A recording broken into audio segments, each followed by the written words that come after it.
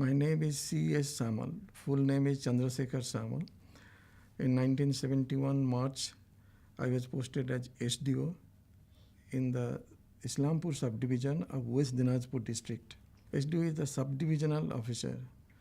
So each district is divided into subdivisions. West Dinajpur district had 3 subdivisions, and I was posted in Islampur subdivision. The refugees started coming only in the month of March towards the end of it, and if you put the precise date, it will be 25th, 26th. They started to come in, and initially they started in big numbers to come in. We had difficulties, so the first step we took is to vacate all the schools, close them down, put the refugees there, and whatever relief materials we had, like tarpaulins, etc., we immediately procured some bamboos, constructed the, you can say some sort of sheds to accommodate them, arrange locally the foods and other things, and wait for the government orders, which took about a week's time to come. And till that time, we had to manage with our resources, whatever was available. And then we got the help from the government of India. Directly, the FCI started giving us the rice and other food grains. So it was gradually eased out. But the accommodation problem continued. So we had to initially put them in the schools and in whatever you said, the temporary accommodation with bamboo and tarpaulin. We had to select the sites where big camps can be constructed. And at the same time, while you are selecting the site, you have to see that hygiene part also. If it is a very plain land, then water accumulation will be there. Fortunately, we had some lands where there was undulation and there was no problem of the water going by gravity. So that was one place in West Dinajpur district, Berang, in my subdivision, where the largest refugee camp was set up. The number there was more than, you say 0.1 million, that's more than a lakh. To be precisely, it was 1.2 lakhs there. So in addition to that, there were another 4 big camps. The total big camps were 5, and there were 3 small camps.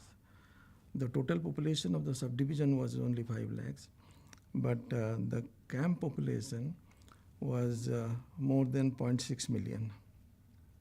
So there was a tremendous pressure on the logistics also. So when they started coming, first is the shelter. You have to find out where they will stay. That I have described. We took 2 stands. One is vacated all the schools. And wherever possible, we find that in the government places, rooms are available. We put them there. When that was all exhausted, and that particular area is very rich in bamboos, so we cut the bamboos from the area, the villages and also the forests, and we had relief tarpaulins. That is, in each subdivision, some materials are there to meet these type of calamities. So we use those things. And then next comes your food. Food we requisition from the food godowns. Subdivision had a food godown. In addition to that, at the district level, we had the FCI godowns, which was storing the foods. So we requisitioned the foods from there. And we had also contingency for the calamity and the reliefs. So we spent those amount to purchase the other materials, whatever were required for these people who had come. At that particular moment was so heavy and they were coming in streams. It was very difficult to talk to each one of them. We were busy finding out the places and to see that they at least are accommodated somewhere and they get some food. That was the prime thing. And only after about a month or so, when we could accommodate for more than about 70-80%, at that time we thought of thinking about the other things like their health and other things. So initially there was nothing, we were unable to think anything except these 2 items, shelter and the food. They were divided in different camps, And for each one of them, we had a small room that's about, you can put it slightly less than 100 feet, 100 square feet. That's, and in some cases, they were asbestos sheet and thatched, whatever was available. Suppose the asbestos sheets that was supplied by the government was in short supply, then we switched over to thatch. But at one particular moment, I will say towards the puja of 1971, everybody was in camps, and there were still some more vacant rooms also, because by that time during pujas it had stopped. And in November, even though some people from Thakurgaon side they came in, but that number was very small and they were accommodated. They were coming in trickles, almost right from 25th, 26th March till about, you can put it about November. They were still coming, but the number gradually had come down towards the end. And in between, I don't remember the time, I think during the rains, sometime in August or September, there was some sort of, nobody was coming at that time for about a month or so. Then again they started coming. So probably it all depended when there was crackdown on the Bangladesh side, so they started coming in. But I can tell you, even from the hymn side, that in my area where 6.2 million, I won't say 6.2, it's 0.62 million, right? 0.26 million were there. No death was there in the camp. Not a single death was there. And my sub-divisional hospital and the doctors in the block level, they were immediately put to service whenever the refugees were coming. And initial medicines that were purchased, that was purchased from the sub-divisional level. And I don't think there has been any, well, quite a few deliveries also have taken place. But one good thing was, I could find out some of the medical students among the refugees who had come in. So I put them on the job, because I didn't have at the sub-regional level so many lady doctors or good doctors also. So these MBBS doctors were students and who were also staying in the refugee camps. I found out and put them on the job. I made a separate rooms for them, and they managed it. And at the same time, there were some male people, about 3-4 in the Barang camp, who knew about medicines and also little bit of treatment. Might be they were working in some hospitals in East Pakistan at that time, and they had come as refugees. So I engaged all of them, because these were the resources which were not available in my subdivision, so they were in short supply. So I utilized all this, and everybody was happy. There has not been any tension, because I put the camps in vacant areas, on the riverside, on the slightly undulated areas where there was no village. This Berang camp was near the river Berang, near there is one tea garden, that is the Darivit. So this was away from the normal villages. Then near the villages, there have been quite a few camps, but I always took the precaution of not putting them inside the village. So in the village, you will find some playgrounds are there. You go just cover it with the houses. So nobody had any grievance on that. Villagers were rather happy, because for managing these camps, we had to recruit the local people. So they also got the employment, and we paid them. So there was a calamity. Local people have got some sort of employment. Wherever there has been shortage, we have utilized the refugees also who had the qualification or experience in that particular line. And in the process, I think nobody was aggrieved there. Well, I have not spoken to them why they have come. They have described it that there was atrocities on the other side. Lots of people have come. Actually, they have not been beaten up, or they didn't have the injuries, only because of the fear. from the Thakur Gaon, then up to that side, Dinajpur, all these people, they said that Dinajpur has been occupied already.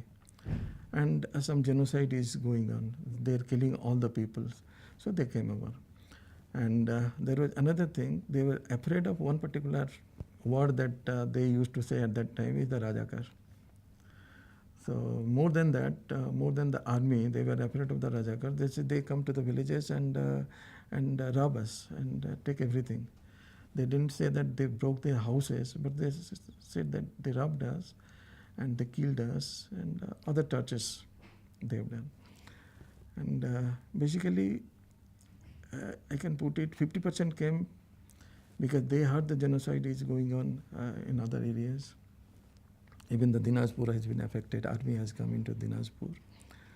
And remaining 50%, they came hearing that such thing is going on.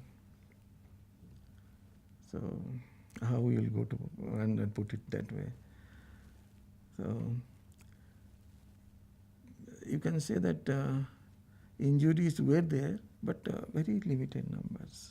And directly what we see here, what we saw yesterday in the documentary, I have not seen in my area, that is West Dinajpur district, that the people have been beaten up, bullets, injuries are there. Those people have not come. Some, mainly the young girls, I left 1 or 2 rooms where they started teaching the small children who were there. I had also a big room where all the medicines were kept, and these doctor students were studying the your whatever is the MBBS or something we say. They were managing it, so there has not been any problem. This continued till about December 15th, and after that, I was posted to your Bangladesh side. So I was attached to 202 Mountain Brigade, where from 8 guards, Mr. Shamsher Singh's son came. This time also he was honored. Shamsher Singh was there. And my duty was there as a CALO officer, Civil Affairs Liaison Officer, to see that all these refugees who were in these camps, they go back and settle in their villages. So those who were from the Dinajpur district, I didn't have any problem. And Rangpur also, I could go and see that they go to their villages. Trucks from this side, they used to carry them. And before leaving, we used to give them the ration. So they, for about a week, they never had any problem. Incidentally, I also visited some villages in Dinajpur district, because they were going to those villages. Whenever the truck was carrying them, I used to go with that and see they are going to their villages. Well, in 9 months, mud houses, no signs were there. The mud heaps were there only. But the people, they were very happy. They have reached their houses. And as soon as they reach that point, immediately they try to find out where the bamboo, what materials are available. And the next day you go, they have made some shelter. Of course, we had given every family the tarpaulins while living, but they utilized them, and within 1-2 days they started their own shelters. So that was a very good thing. They were really enthusiastic, and they were very glad that the freedom has come to them. So after seeing that they have rehabilitated, then I returned to India. That was early March. I left for Dinajpur to make the arrangements so that these people can come in. After reaching Dinajpur, I found that the government offices are there, even though less number of people. And one ADM Dinajpur was coordinating with us, and he was very helpful, and there had not been any difficulties. Well, we felt that I have done my duties, and my group of officers, they have done their duty. I myself couldn't have tackled that. It's the whole team at the subdivision level that has tackled it. All the BDOs, all my deputy collectors and the office staff, they devoted only to this refugee work. So all these people, they have handled the refugees in a, I will say, in a really tactful manner. And all the time, I was also moving in the night. They were also moving in the night, just to see nothing. These people have come for a cause, and they're in distress conditions. Can you just put a little smile in their face? Nothing more than that. You give them food, you give them shelter.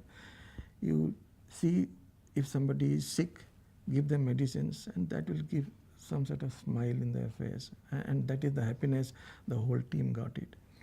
And this honor that has been given, I feel honored, no doubt. But this is only because of that dedicated group of officers and the staff who worked almost 24 hours, I can put it, during those first 6 months. And gradually the load was much less.